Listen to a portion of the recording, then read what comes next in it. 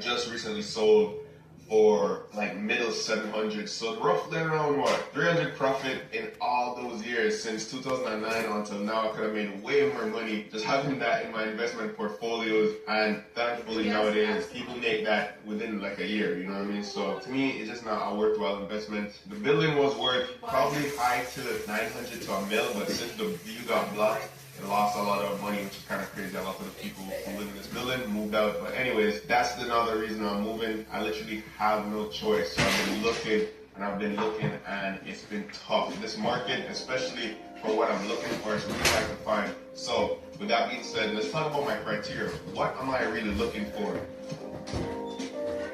So I have my little list right here, and it has to be a 2-bedroom, 2+1, has to have 2 bathrooms, and I'm good. Next up, it has to be a good location with activities nearby, like parks, restaurants, somewhere you could just step out downstairs and you could kick back and it just doesn't feel like far, far away, you know what I mean? It has to be like something walking distance, a Shoppers Drug Mart, you get what I'm saying, a little coffee shop, whatever it is. Has to be there in the location. Next up, it has to be high floors.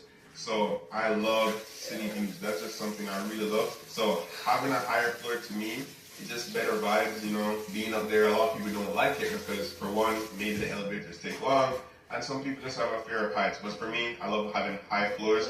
And if it's a lower floor, it has to be a luxury, like boutique building where there's not too many units, and a lot of time and attention goes into the design and the interior finishes and stuff like that. Next up, we're talking about natural lighting. It has to be a lot of natural light, and it has to be a corner unit. I'm sorry, I've been spoiled. With my unit right now, I have beautiful lake views and also beautiful city views. Having the corner unit and floor-to-ceiling windows is a game changer. You just feel more alive whenever you're here. You get the beautiful sunrise, you get the sunset. It's such a vibe. And to add on to that, it must have a balcony. That's a major one. No, I'm not a type of person to go out and, you know, every single day I'm using the balcony, but there's those 1 or 2 times where I go to the balcony and actually take a fresh breath. Like it's just a breath of fresh air. I get to think, I get to sip a coffee, sip a tea, enjoy the weather, enjoy the view. You know, it's something that's really, really like there within my heart to have a balcony. I just don't want to feel like I'm locked in a cage and it's like I can't get out.